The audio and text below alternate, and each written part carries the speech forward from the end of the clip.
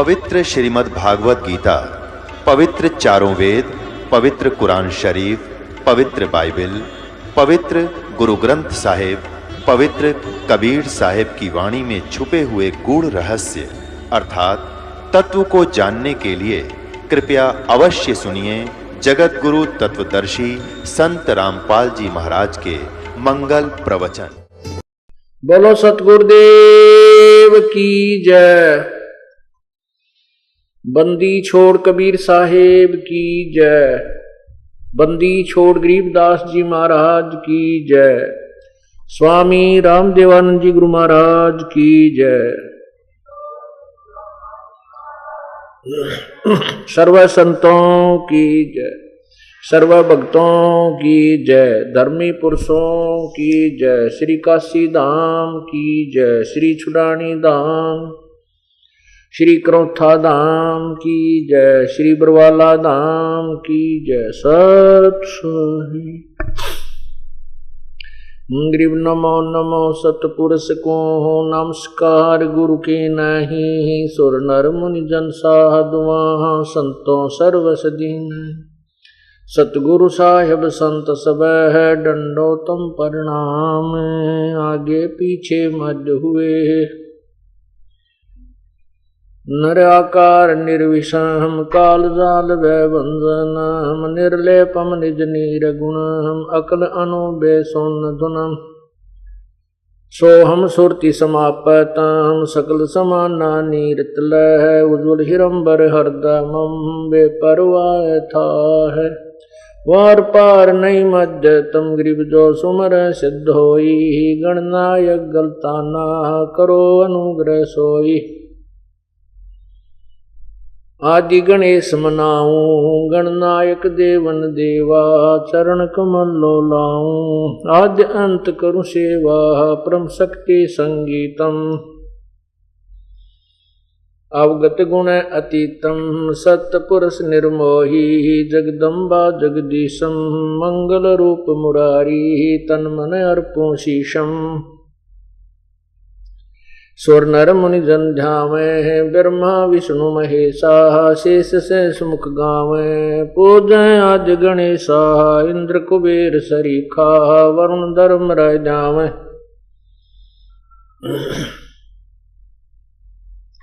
तेतीस कोटि अदारा ब्यावे से 88।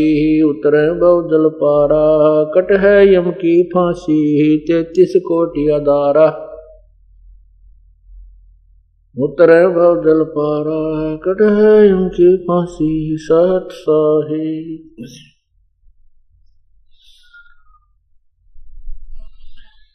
कर जोरों विनती करूं। धरूं चरण पर शीश। गुरु राम देवानंद जी महाराज ने दियो नाम बख्शीश। कोटि कोटि सिजदा करूं। कोटि कोटि प्रणाम। चरण कमल में राखियो में बंदी जाम गुलाम।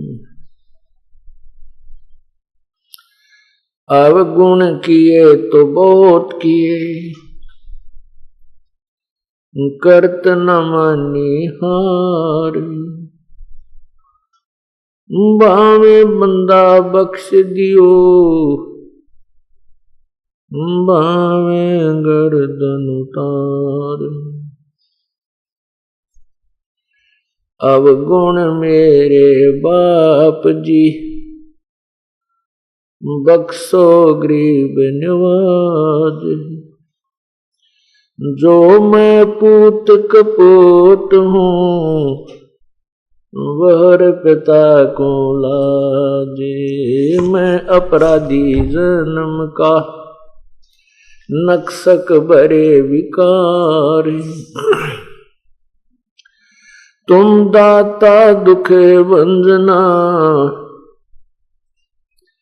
मेरी करो सवार। गुरु जी तुम ना भूलियो, चाहे लाख लोग मिल जाएं, हमसे तुमको बहुत है, तुमसे हमको नहीं। तुम्हारे विसारे क्या बने, मैं किसकी शरण में जाऊं। शिव वृंश मुनि नारदा, तिनके हृदय न सम।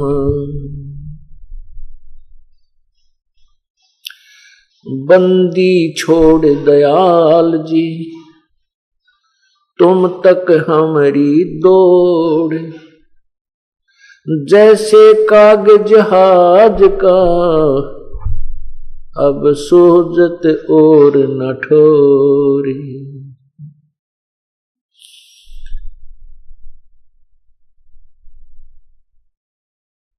गुरु बिन माला फेरते,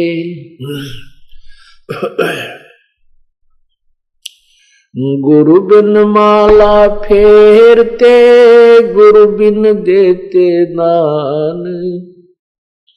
गुरु बिन दोनों निष्फल हैं, चाहे पूछो वेद पुराण।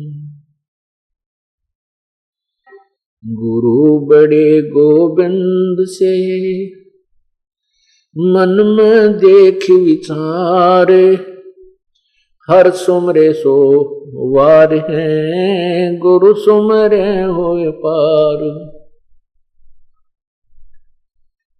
गुरु गो कबीर हरि के रूठता, गुरु की शरण में जाव।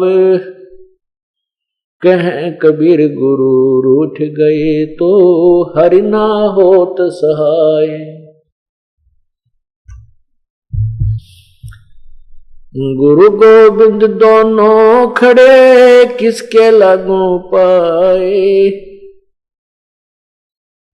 बलिहारी गुरु अपना, जिन गोविंद दियो मिलाए।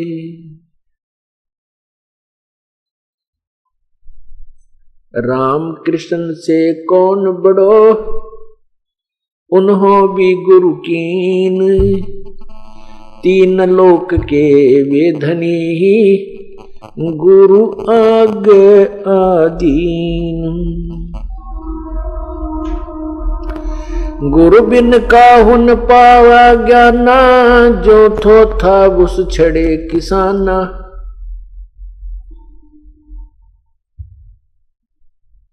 गुरु बिन वेद पढ़े जो प्राणी, समझन सार रहे अज्ञानी।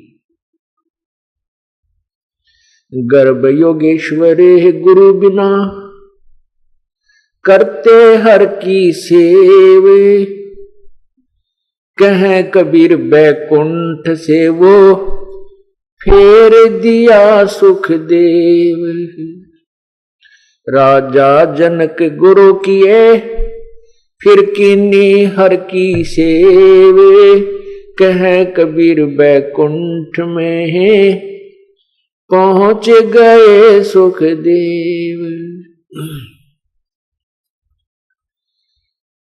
कबीर लूट सको तो लूटियो, राम नाम की लूटे। पीछे फिर पछताओगे, प्राण जाएंगे छूट।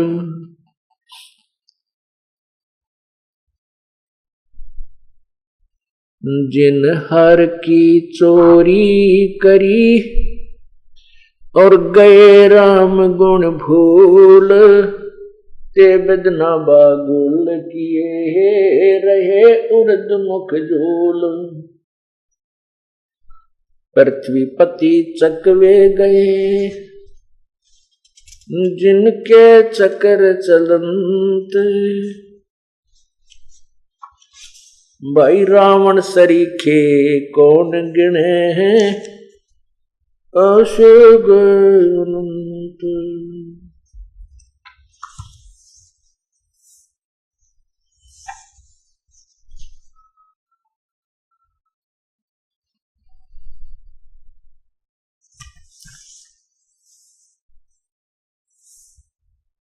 कबीर सब जग निर्धना धनवंता न कोय, धनवंता सो जानियो जप राम नाम धन होवे। कबीर वो दिन याद करो ऊपर पग नीच शीश, इस मृत लोक में आके तू भूल गया जगदीश।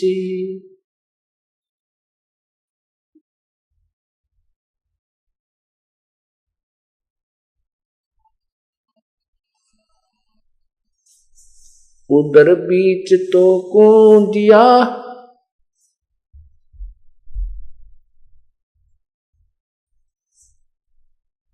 खान पान परवान, तिस समर्थ की बंदगी तू भूल गया शैतान।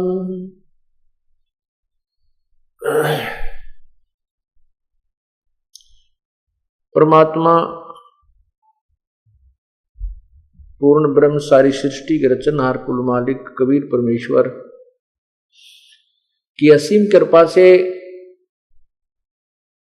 ऐसे शुभ समागम इस भूमंडल पर होते हैं। भक्ति मुक्ति के दाता सतगुरु भटकत प्राणी फिरंदा, उस साहिब के हुक्म बिना नहीं तरवर पात हिलंदा। उस साहिब, उस परमात्मा, हमने इस बात की ओर विशेष ध्यान देना चाहिए क्योंकि हम आप सभी स्टूडेंट्स, आप सभी विद्यार्थी अर्थात योगी भक्त, आप उस विद्यालय में प्रवेश पा चुके हो जो तत्व ज्ञान का संदेश देता है, जो पूर्ण मोक्ष का अधिकारी बनाता है। इसके लिए परमेश्वर की एक एक पंक्ति का बहुत गूढ़ रहस्य होता है। अब परमात्मा के विषय में आदरणीय गरीबदास साहिब जी ने बताया है कि उस साहिब के भक्ति मुक्ति के दाता सतगुरु, भक्ति और मुक्ति, क्योंकि प्रथम भक्ति मिलती है और भक्ति के बाद ही मोक्ष होता है। जैसे बच्चे पहले शिक्षा ग्रहण करते हैं, शिक्षा के बाद फिर सर्विस प्राप्त होती है, सेवा प्राप्त होती है, नौकर लग सकता है। कह रहे हैं कि भक्ति मुक्ति के दाता सतगुरु भटकत प्राणी फिरंदा, उस साहिब के हुक्म बिना नहीं तरवर पात हिलंदा। परमात्मा, अब वो साहिब क्यों कहा? इससे सिद्ध है कि साहिब माने प्रभु, परमात्मा। इससे सिद्ध है कि और भी परमात्मा है, उनसे एक और अलग भगवान है जिसकी तरफ संकेत किया जा रहा है।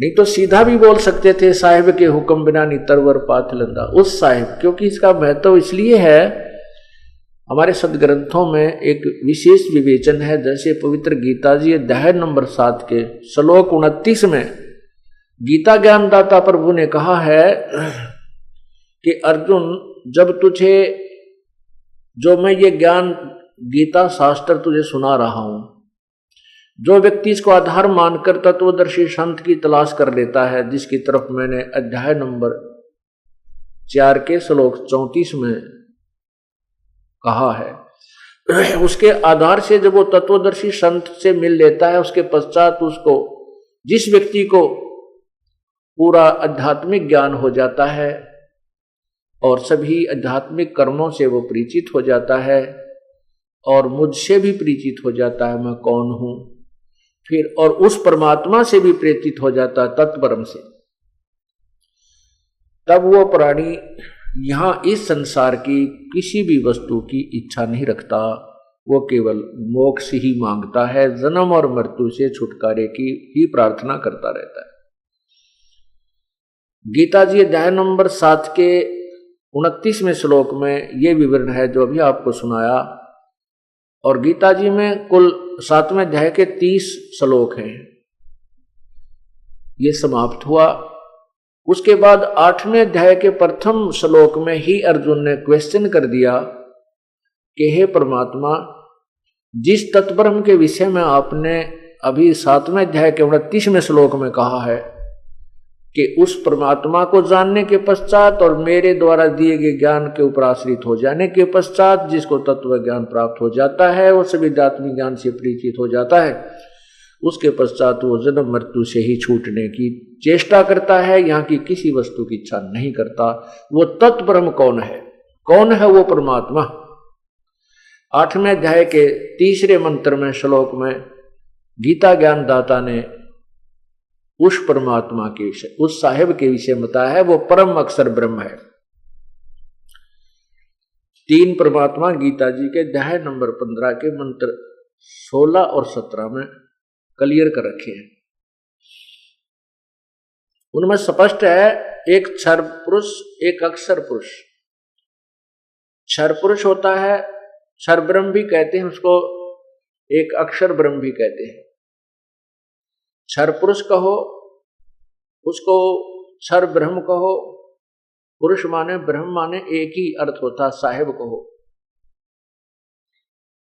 तो क्षर पुरुष ये ब्रह्म है जिसको ज्योति स्वरूपी निरंजन कहते हैं, और अक्षर पुरुष ये परब्रह्म है, पर ब्रह्म।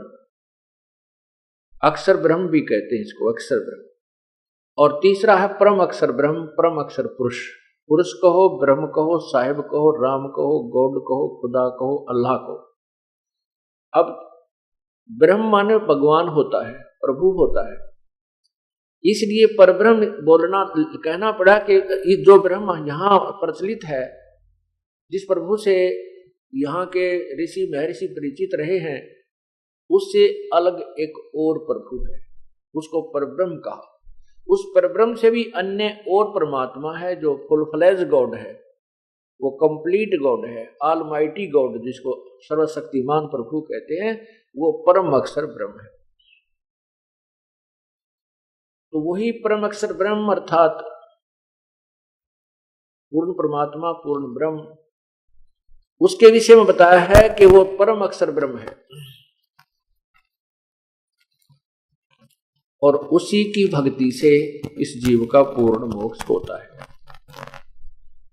जैसे गीता ज्ञान दाता ने स्वयं कहा है 18वें अध्याय के 62वें श्लोक में कि हे अर्जुन, तो सर्वभाव से उस परमात्मा की शरण में जा, जिसकी कृपा से तू परम शांति और शाश्वत स्थान अर्थात सत्यलोक को प्राप्त होगा।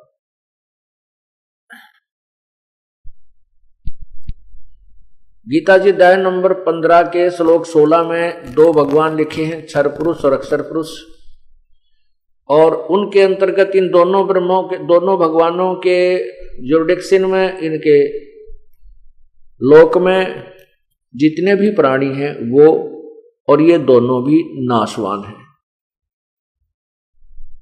जैसे ब्रह्म के 21 ब्रह्मांड हैं क्षर पुरुष के, और परब्रह्म के जो हैं वो 7 शंख ब्रह्मांड है, नील पद्म शंख, 7 शंख, और परम अक्षर ब्रह्म के असंख्य ब्रह्मांड हैं बिना गिनती के, अर्थात जो जिनके ऊपर, जिनके अंतर्गत ये 21 ब्रह्मांड क्षर पुरुष के और 7 शंख ब्रह्मांड अक्षर पुरुष के, ये भी इंक्लूड हैं। इन सब के ऊपर और इनके असंख्य ब्रह्मांडों के ऊपर एक कुल मालिक है, वो परम अक्षर ब्रह्म है। उसके विषय में गीता जी अध्याय नंबर 15 के श्लोक 17 में प्रमाणित किया है कि उत्तम पुरुष है तू अन्य परमात्मा इति उदाहरते।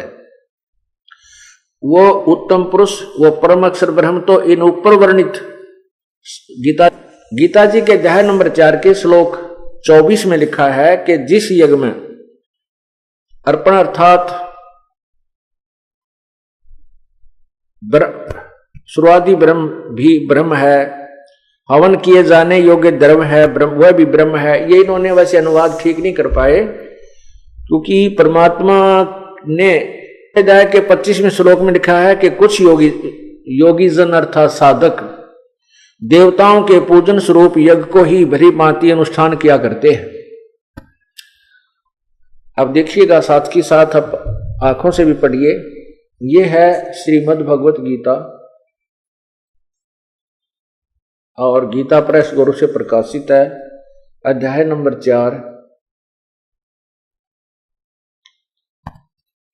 और इसके श्लोक 25 से यहां लिखा है कि दूसरे योगी जन, कुछ तो ये आपने पहले पढ़ा कि कुछ कहते हैं, कुछ कहते हैं। दूसरे योगी जन देवताओं के पूजन रूप यज्ञ का ही भली भांति अनुष्ठान किया करते हैं। अन्य योगी जन परब्रह्म परमात्मा रूप अग्नि में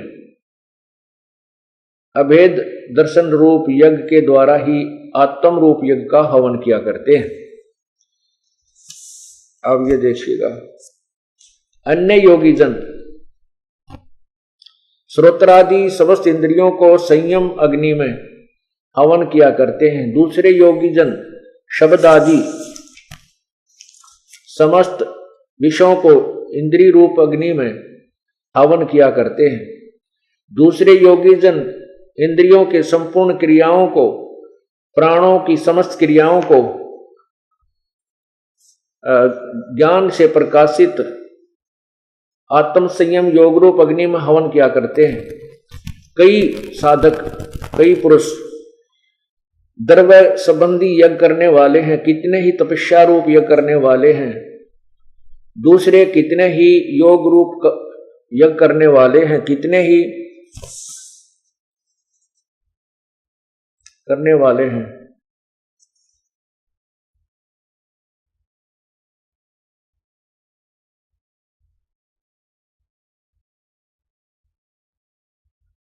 यहां देखिए, दूसरे कितने ही योगी जन अपान वायु में प्राण को हवन करते हैं, प्राण वायु को हवन करते हैं, वैसे ही अन्य योगी जन प्राण वायु में अपान वायु को करते हैं। अन्य कितने ही नियमित आहार करने वाले प्राणायाम पुरुष प्राण और अपान गति को रोककर प्राणों की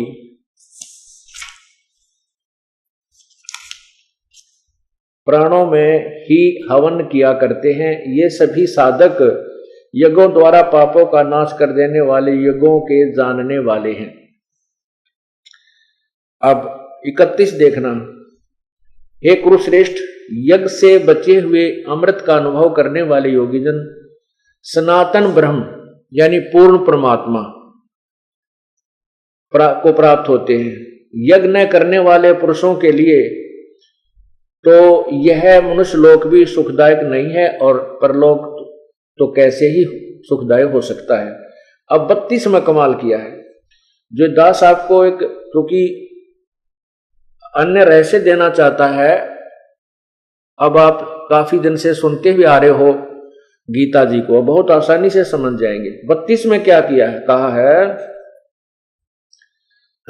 एवं बहुविधा यज्ञा वितता ब्रह्मणे मुखे। अब ये ध्यान से देखने वाली बात है कि इसमें क्या लिखा है गीता जी में कि एवं इस प्रकार बहुविधा यज्ञा वितता ब्रह्मणे मुखे कर्मजान विदितान सर्वान एवं ज्ञात्वा विमोक्ष से। इन्होंने क्या लिखा है कि इस प्रकार, ये देखना, इस प्रकार, ये 32वां मंत्र है, श्लोक है। इस प्रकार बहुत तरह के यज्ञ, ये ब्रह्मणे का अर्थ है ना, वेद की वाणी लिख दी। यहां देखना, ब्रह्मणे का अर्थ होता है पूर्ण परमात्मा। अब मैं आपको यही दिखाता हूं, अध्याय नंबर 17 के मंत्र 23 में इस ब्रह्मणे का अर्थ ही हमने क्लियर करना है, तब इस तत्व ज्ञान को हम समझ सकेंगे। ये देखना, ये अध्याय नंबर 17 है गीता जी का और यहां ये 23 मंत्र है।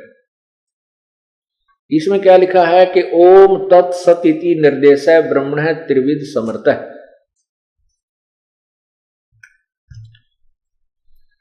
अब ब्रह्मणे का अर्थ देखिएगा, ओम तत्सत, ऐसा यह 3 प्रकार का ब्रह्मणे माने सच्चिदानंद घन ब्रह्म का। ब्रह्मणे का अर्थ देखिएगा, हमने अपनी तरफ से कुछ नहीं लेना, इन महापुरुषों के द्वारा किए अनुवादों को ही, अर्थों को ही यथार्थ स्थान पर रखना है, जिससे अनुवाद सही बन जाएगा। ये देखिएगा, ब्रह्मणे माने सच्चिदानंद घन ब्रह्म, अर्थात गीता ज्ञान दाता से कोई और परमात्मा है, गीता ज्ञान दाता से अन्य परम है। तो अब ब्रह्मणे यहां देखो,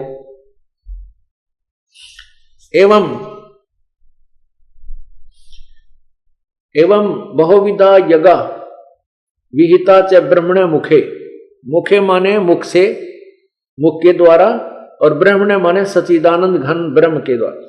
इस प्रकार कहते हैं जो ऊपर मैंने वर्णन की है, ये भी इस प्रकार के अनुष्ठान भी और अन्य भी उस पूर्ण परमात्मा के मुख कमल से उच्चारित हुए हैं। यानी पूर्ण परमात्मा ने उस ब्रह्मणे माने सच्चिदानंद घन ब्रह्म के, मुखे माने मुख से, मुख के द्वारा बहुत प्रकार के यज्ञ माने धार्मिक अनुष्ठानों की जानकारी, यानी भक्ति विधि बहुत प्रकार की उस परमात्मा, उस पूर्ण परमात्मा ने अपने मुख से आकर के अवर्णित किया हुआ है। और उन सब कर्मों को तू जानकर मोक्ष को प्राप्त होगा, इसका ये अर्थ बनता है। इन्होंने क्या लिखा है, अनुवाद गलत कर दिया इन्होंने। इस प्रकार बहुत तरह के यज्ञ, इन्होंने ब्रह्मणे का अर्थ वेद लिख दिया, वेद की मुखे माने वाणी में। अब इसका यह अर्थ है कि परमात्मा पूर्ण ब्रह्म परमात्मा ने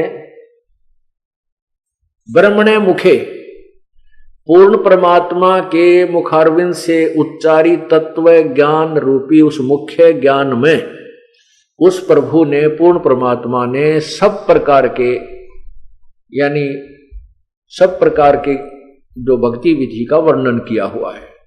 अब 33 और 34 में निर्णय होता है कि उस ज्ञान को जो उस पूर्ण परमात्मा ने अपने मुख कमल से बोला है, अर्थात वो सब संवेद कबीर वाणी, उसकी उस ज्ञान को समझने के लिए तू तत्वदर्शी संतों की शरण में जा। अपना लेवल का ज्ञान तो भगवान गीता ज्ञान दाता बोल ही रहा है, फिर वो कह रहा है कि कुछ लोग तो ऐसी साधना करते हैं, कुछ देवताओं की पूजा करते हैं, कोई प्राणापान को ही या प्राणायाम से ही मोक्ष मानते हैं, कोई तप से ही मोक्ष मानते हैं। नहीं, कहते हैं उस पूर्ण परमात्मा के मुखे, यानी मुख्य ज्ञान में, यानी उस पूर्ण परमात्मा के मुखारविंद से उच्चारित उस मुख्य ज्ञान में, अर्थात उस तत्व ज्ञान में उस परमात्मा ने बहुत सी जो ऐसे विधि बताई है जो आपको करने से ही सफल होती हैं, आपको करनी पड़ेगी। तो उसके विषय में 33 में क्या लिखा है ये देखिएगा। अब 32 में इन्होंने अनुवाद गलत किया है, इसमें लिखा कि इस प्रकार और भी बहुत तरह के यज्ञ वेद की वाणी में, ब्रह्मणे का अर्थ होता परमात्मा की अमृत वाणी में, ये लिखना था उस मुख्य वाणी में। ये देखिए, मुखे माने मुख्य ज्ञान में, परमात्मा के द्वारा वर्णित मुख्य ज्ञान में विस्तार से कहे गए हैं, यानी गीता में नहीं है, वो अलग है। उन सब को तो ये कर्म जान, शारीरिक क्रिया द्वारा संपन्न होने वाले जान, यानी वो काम, यानी अपने कर्म से ही बनते हैं, कर्म योग से। इस प्रकार तत्व से जानकर उनके अनुष्ठान द्वारा कर्म बंधन से सर्वथा मुक्त हो जाएगा, उसको उनको जानकर तो मुक्त हो जाएगा। बस इतनी सी बात है। अब 33 देखो, हे अर्जुन, परंतम अर्जुन, दर्व ज्ञान यज्ञ की अपेक्षा ज्ञान यज्ञ अत्यंत श्रेष्ठ है। यावन मात्र संपूर्ण कर्म ज्ञान में समाप्त हो जाते हैं। ओए होए, अब क्या बताया है कि दर्व ज्ञान से, दर्व यज्ञ से, दर्व यज्ञ माने जैसे आप बिना ज्ञान समझे किधर भंडारा करवा देते हो, कहीं पर जाकर के आप कोई और कार्य दान दून कर देते हो धन से, कहते ऐसे दान करने की अपेक्षा तू ज्ञान को समझ, उस पूर्ण परमात्मा के द्वारा दिए गए उस तत्व ज्ञान को समझ, उस ज्ञान दर्व यज्ञ की अपेक्षा ज्ञान यज्ञ। अब ये तत्व ज्ञान रूपी जो सत्संग आपको सुना जा रहा है, ये ज्ञान यज्ञ है। और दर्व यज्ञ, जैसे श्रद्धालु लोग जहां जाते हैं, किसी मंदिर में 1 लाख रुपये दान कर दिया, उसको पुजारी दुरुपयोग करते हैं, क्योंकि वो शास्त्र अनुकूल साधना नहीं होती है। कहीं पर भंडारा कोई के नाम पर आता है, उसको 10,000 रुपये दे दिए, वो दारू पीवे, मुर्गे खावे या किधर गाड़ी लेगा घूमे करा कित को बंद कराए। तो ऐसे कहते हैं इस द्रव्य यज्ञ को आंख मीच के तो तुम दान करते हो, अंधविश्वास युक्त होकर ऐसा मत करो। इस द्रव्य युग की अपेक्षा ज्ञान यज्ञ उत्तम है। ज्ञान यज्ञ के बारे में क्या बताते हैं? कहते हैं ज्ञान यज्ञ जब तुम्हें हो जाएगा, अर्थात तत्व ज्ञान तुम्हें प्राप्त हो जाएगा, फिर आपके अन्य कर्म जो तुम अज्ञानतावश करते हो, शास्त्र विधि त्याग कर मनमानी पूजा करते हो, वो फिर समाप्त हो जाएंगे। अब उस तत्व ज्ञान को जो गीता जी के अध्याय नंबर 4 के श्लोक 32 में कहा है कि उस पूर्ण परमात्मा के मुख्य ज्ञान में उसने अपने मुखारविंद से बोला है, उस ज्ञान को, वो तत्व ज्ञान है। उस ज्ञान को समझने के लिए चौथे अध्याय के 34 में क्या लिखा है कि उस ज्ञान को समझ, यानी जो पूर्ण परमात्मा ने स्वयं आकर के जो तत्व ज्ञान दिया है उस ज्ञान को समझ। अब देखो गीता अध्याय नंबर 4 के श्लोक 34 को समझिए। ये 4 है, ये श्लोक 34 है। उस ज्ञान को तू तत्वदर्शी ज्ञानियों के पास जाकर समझ। कौन से ज्ञान को? जो चौथे अध्याय के 32वें श्लोक में कहा है कि इस प्रकार उस बहुत से भक्ति की विधि उस पूर्ण परमात्मा के मुखारविंद से उच्चरित उस वाणी में, अर्थात अमृत वाणी में विद्यमान है, उनको समझ। तो उस ज्ञान को समझने के लिए तू तत्वदर्शी संतों के पास जा। गीता जी से अलग कोई ज्ञान है, उस ज्ञान को तू तत्वदर्शी ज्ञानियों के पास जाकर समझ। उनको भली भांति दंडवत प्रणाम करने से, उनकी सेवा करने से और कपट छोड़कर सरलता पूर्वक प्रश्न करने से वे परमात्म तत्व को तत्वदर्शी जानने वाले, भली भांति जानने वाले अर्थात तत्वदर्शी ज्ञानी महात्मा तत्व ज्ञान का उपदेश करेंगे। फिर लिखा है 35 में भी स्पष्ट कर दिया है। ये देखो 35 में, जिसको जानकर, उस ज्ञान को जानकर तो फिर संसार इस प्रकार मोह को नहीं प्राप्त होगा। हे अर्जुन, जिस ज्ञान के द्वारा संपूर्ण प्राणियों के निशेष भाव से अपने में और पीछे मुझ में देखेगा, ये केवल मुझ है, मुझ में देखेगा, न कि सच्चिदानंद। ये अपने ये अनुवादकर्ता ने अपनी ओर से लगा दिया इसके साथ, गीता ज्ञानदाता के साथ। ये क्या कहता है कि जब तू तत्व ज्ञान से परिचित हो जाएगा फिर तू मुझे समझ पाएगा मैं क्या हूं, मैं काल हूं। गीता जी के अध्याय नंबर 11 के मंत्र 32 में स्पष्ट किया है कि मैं काल हूं, सबको खाने के लिए आया हूं। तो ये कहा कि तू फिर तत्व ज्ञान से परिचित होने के उपरांत तू मुझे जानेगा मैं क्या हूं, और फिर इन प्राणियों को देखेगा, इनकी क्या दुर्गति हो रही है, क्यों ये ऐसे दुखी हैं, तो फिर इनको समझेगा और फिर तेरा कल्याण संभव है। तो पुण्यात्मा, हमने जो लोक वेद सुना है, अभी तक जो पवित्र हिंदू धर्म के अंदर जो हम ज्ञान ग्रहण किए हुए हैं, वो अपने सदग्रंथों के भी विपरीत है। पवित्र गीता जी से भी वो गीता के अनुवाद करता व गीता के आधार से ज्ञान प्रचार करता भी परिचित नहीं थे। और उन्होंने हमारे को केवल अपनी मनगढ़ंत कहानियां सुना करके व्यवस्थित किया हुआ था, हमारे को सेट कर रखा था। अब उस तत्व ज्ञान को आपके समक्ष खोला जा रहा है, इसलिए इस तत्व ज्ञान से परिचित होने के उपरांत आप कभी विचलित नहीं हो पाओगे। आपकी कई पीढ़ी तक का ये मार्ग ऐसा बन जाएगा कि वो बच्चे परमात्मा को प्राप्त करेंगे वो बहुत ही पुण्यकर्मी प्राणी परमात्मा आपके घरों में भेजेगा। ये उनके संस्कार टाल देगा जो बच्चे आपके भाग्य में दुखदाई थे। कुछ बच्चे होते हैं जैसे उत्पन्न हो गया बालक और वो बच्चा बड़ा होकर के डाकू बन गया,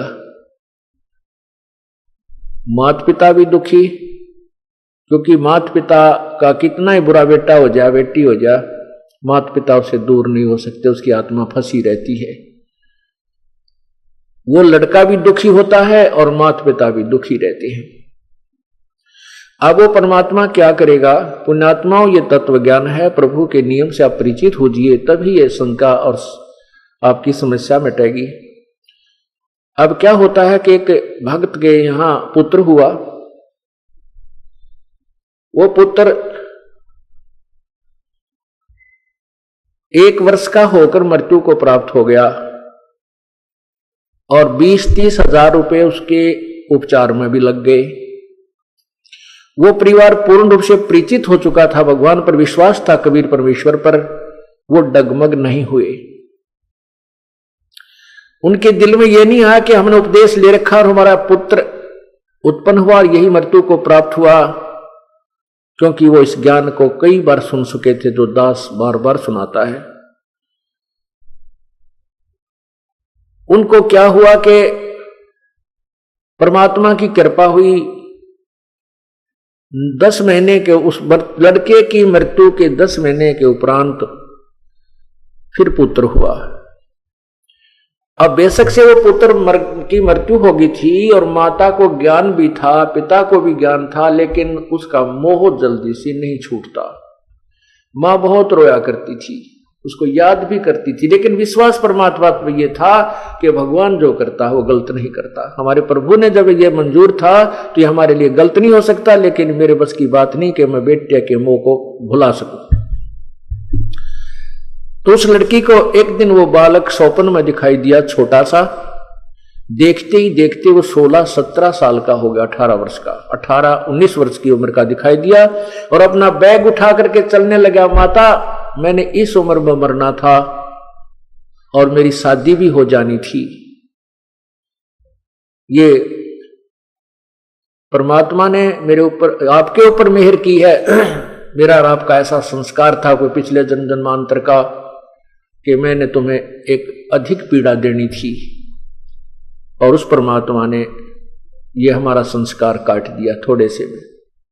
उसके बाद उस मां का रोना भी बंद हो गया। उसने खुद आकर के उस बहन ने बताया, जी ऐसे ऐसे वो लड़का मुझे दिखाई दिया। पर ज्ञान तो हम पहले भी सुनते थे, विश्वास भी था, लेकिन और दृढ़ विश्वास हो गया, और जो ममता मुझे सता रही थी वह भी खत्म होगी। तो परमात्मा आपको ऐसी कोई घटना हो भी जाती है तो घबराना नहीं चाहिए, क्योंकि राज्य क्रमता राम की रजा धरे जो शीस, दास गरीब दरस परस तिन भेंटे जगदीश। यदि वो बहन उससे विचलित हो जाती और रास्ता छोड़ देती, वो रोग तक काट दिया था परमात्मा ने, संस्कार तो चेंज कर ही दिया था, वो तो दयालु है, फिर नहीं देते उस दुख को, लेकिन और दुख बहुत हो जाते हैं। हमारे जन्म जन्मांतर के ना जाने कितने पाप इकट्ठे हुए पड़े हैं, संचित रखे हैं भगवान के दरबार में, और इस जीवन में भगवान से दूर होने के बाद फिर हम निरे पाप करेंगे। अच्छा काम कौन सा कर सकते हैं, क्योंकि शास्त्र विधि को त्याग कर जो मनमानी पूजा करते हैं वो भी गलत है, वो भी पाप है। गीता जी के अध्याय नंबर 16 के मंत्र 23 में स्पष्ट किया है। तो और हम धर्म को ही हम अच्छा मानते हैं, वो धार्मिक कर्म भी हम विधि अनुसार नहीं करने से दोषी होते हैं। तो फिर कैसे दोषी होते हैं? 100 वर्ष तो सतगुर पूजा, एक दिन आन उपासी, वो अपराधी आत्मा फिर पड़े काल की फांसी। 100 वर्ष तो सतगुरु अपने गुरुदेव के आधार से आप पूजा कर लीजिए, और एक दिन आन उपासना कर लीजिए, शास्त्र विधि को त्याग कर मनमानी पूजा कीजिए। उसके विषय में कहा है कि वो इतना अपराध है कि वो अपराधी आत्मा फिर पड़े काल की फांसी। होय होय।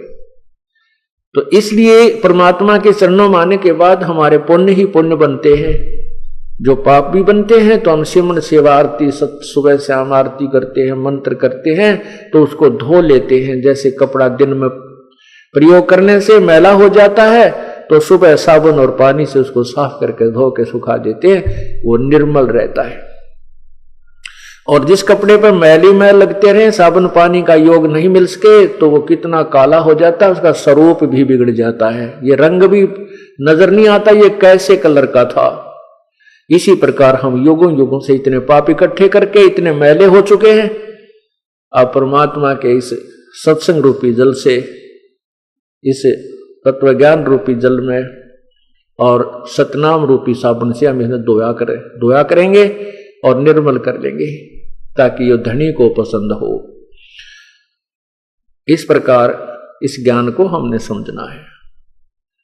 तो राज्य क्रमता राम की रजा धरे जो शीस, उस परमात्मा की रजा में राजी रहे। चाहे हमने या वर्तमान में वो कितना ही नुकसान नजर आवे, चाहे हमने कितना ही बुरा होता नजर आता है, लेकिन परमात्मा के चरणों में आने के बाद हमारा बुरा हो ही नहीं सकता।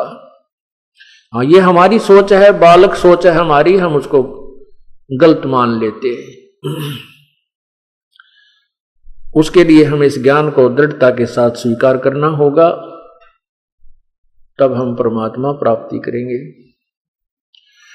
अब हम क्या बताना चाह रहे थे आपको कि जैसे हम सुना करते थे ब्रह्मा विष्णु महेश, ये सर्वशक्तिमान श्री विष्णु जी, श्री शिव जी, और फिर बहुत से उदाहरण भी सुना करते थे कि जैसे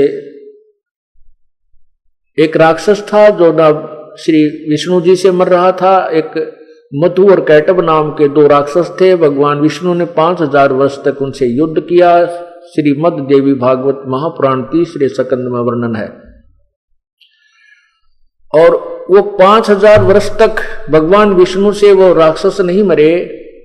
फिर देवी दुर्गा ने अपने कटाक्ष से, अर्थात अपने एक मोहित करने वाले अदा से, अंदाज से उनको अपनी तरफ आकर्षित किया। वो दूरदृष्टि से उस माता को, बहन को देखने लगे। जब श्री विष्णु जी ने उन्हें मार डाला। एक राक्षस था, वो किसी से नहीं मर रहा था।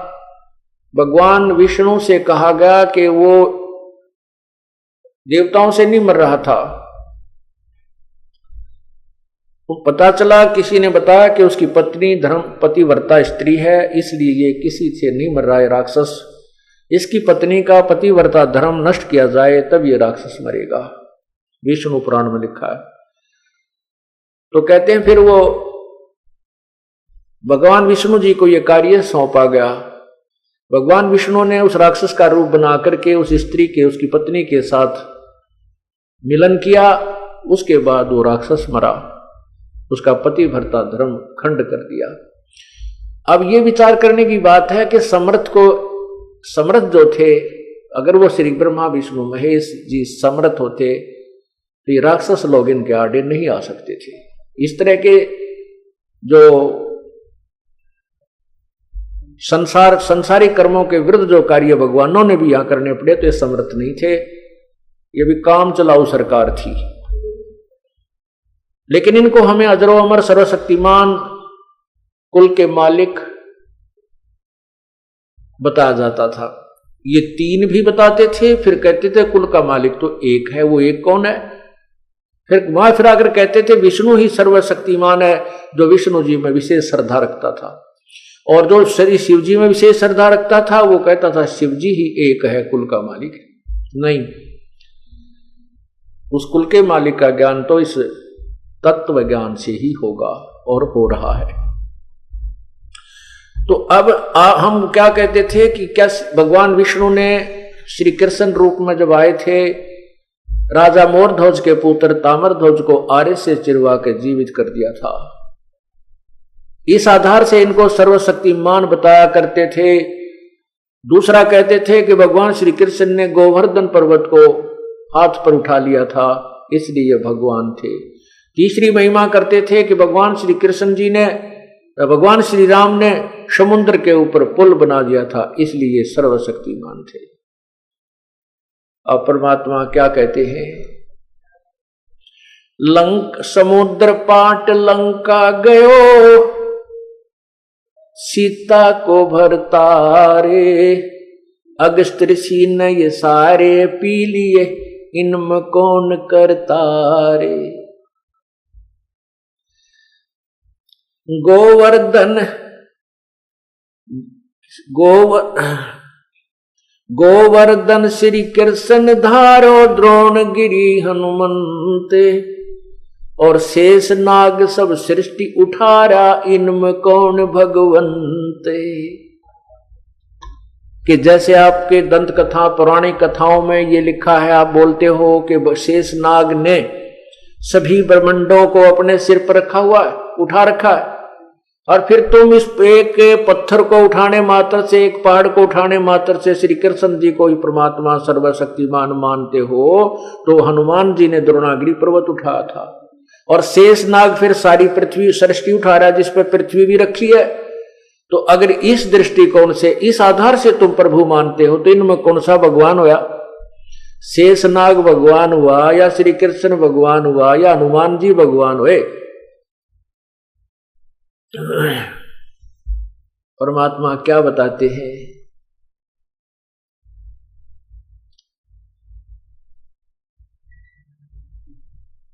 कि ये सब ज्ञान का उलछेड़ा तुम्हारे अंदर है, तुम ज्ञान को समझ नहीं पाए। काटो बंधन विपत में, कठिन करो संग्राम, चिन्हो रे नर प्राणिया, वो गरुड़ बड़ो अकराम।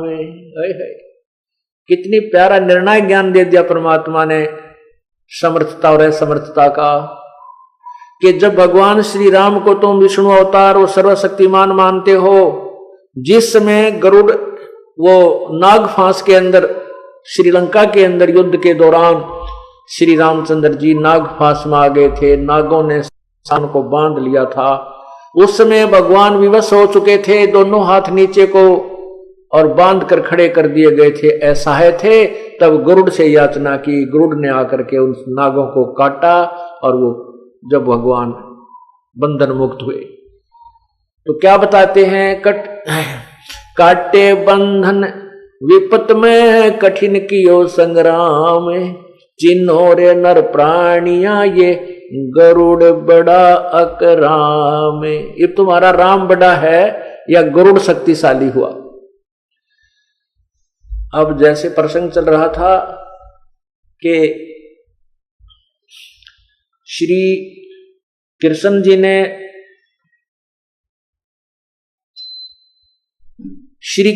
ने, राजा मोरध्वज के पुत्र ताम्रध्वज को आरे से चिरवा करके, अर्थात वो मृत्यु को प्राप्त हो गया था और पुनः जीवित कर दिया था, और उसका शरीर भी जोड़ दिया था, उसमें कोई निशान भी नहीं था।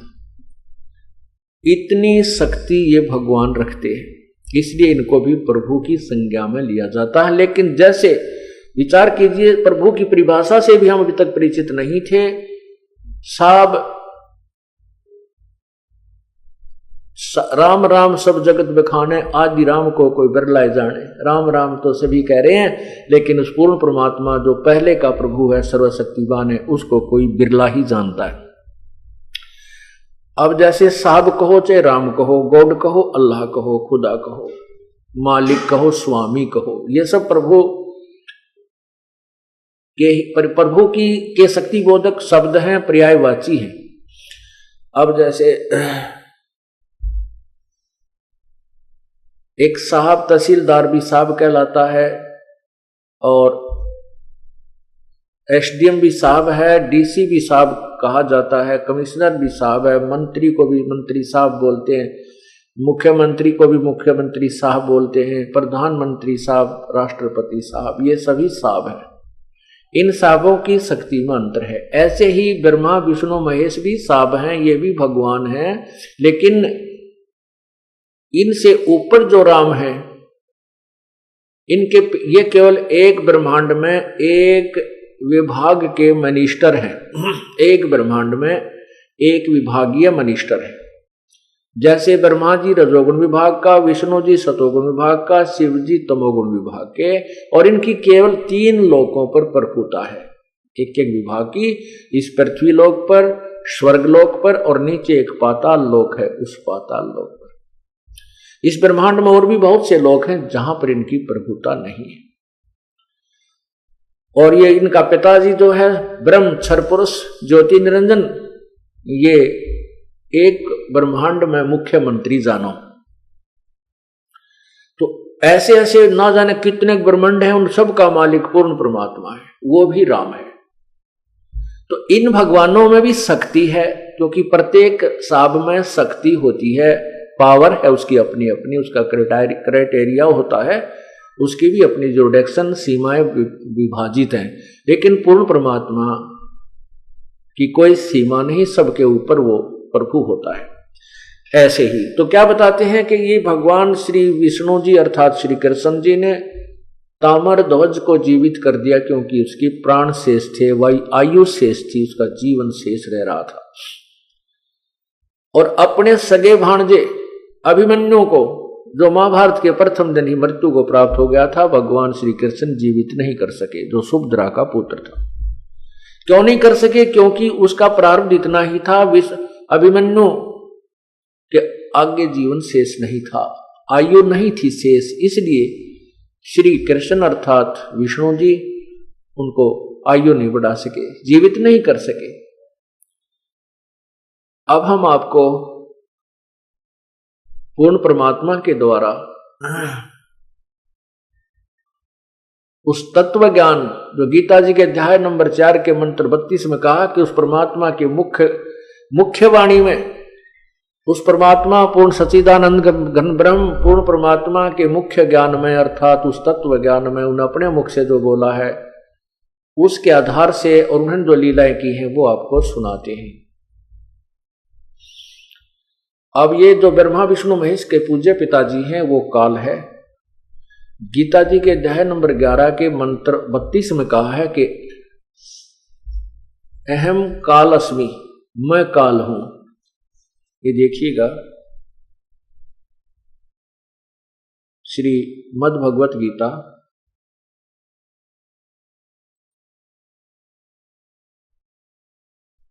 और इसके अध्याय नंबर 11 के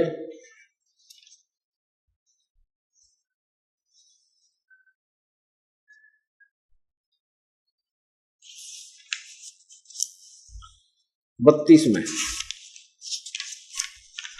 ये देखिएगा, अध्याय नंबर 11 और इसके नीचे देखिएगा श्लोक नंबर 32। ये है श्लोक नंबर 32। अब क्या कहता है? काले अस्मि लोक अक्षकृत क्षकृत प्रवर्त है लोकान समार हर्तुम इह प्रवर्त रगे अपि ऋते अपि त्वाम न भविष्यन्ति सर्वे ये अवस्थिता। क्या लिखा है कि लोकों का नाश करने वाला, लोकों का नाश करने वाला बढ़ा हुआ काल हूं, काल अस्मि, काल हूं, इसमें इन लोगों को नष्ट करने के लिए प्रवृत्त हुआ हूं। जो प्रतिपक्ष की सेना में सतीत योद्धा लोग हैं वो तो युद्ध ना करेगा तो भी नहीं रहेंगे, वे सब तेरे बिना भी नहीं रहेंगे, अर्थात तेरे युद्ध ना करने से भी इन सब का नाश हो जाएगा। अब ये अर्जुन कह रहा है 11वें अध्याय के 21वें श्लोक में क्या बताता है, ये देखिएगा। आंखों देखा हाल अर्जुन देख रहा है उस बढ़े हुए काल को। ये देखिएगा 21 में, वे ही देवताओं के समूह आप में प्रवेश करते हैं और भयभीत होकर हाथ जोड़कर आपके नाम और गुणों का उच्चारण करते। महर्षि और सिद्धों के समुदाय कल्याण हो स्वस्ति कल्याण हो ऐसा कहकर उत्तम उत्तम स्तोत्रों द्वारा आपकी स्तुति करते हैं। और फिर क्या कहते हैं?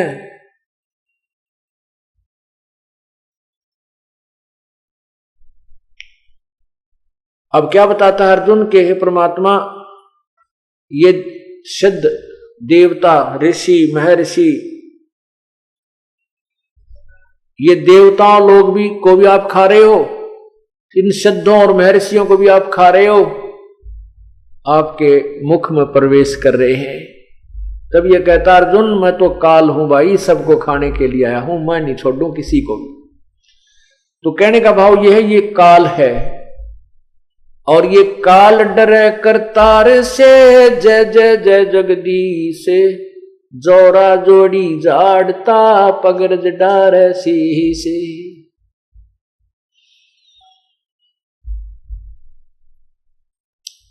कि वो काल जो है, ये काल उस जगदीश से डरता है, पूर्ण परमात्मा से घबराता है, डरता है, और वो जय जय जय जगदीश उसकी जय जयकार करता रहता पूर्ण परमात्मा की।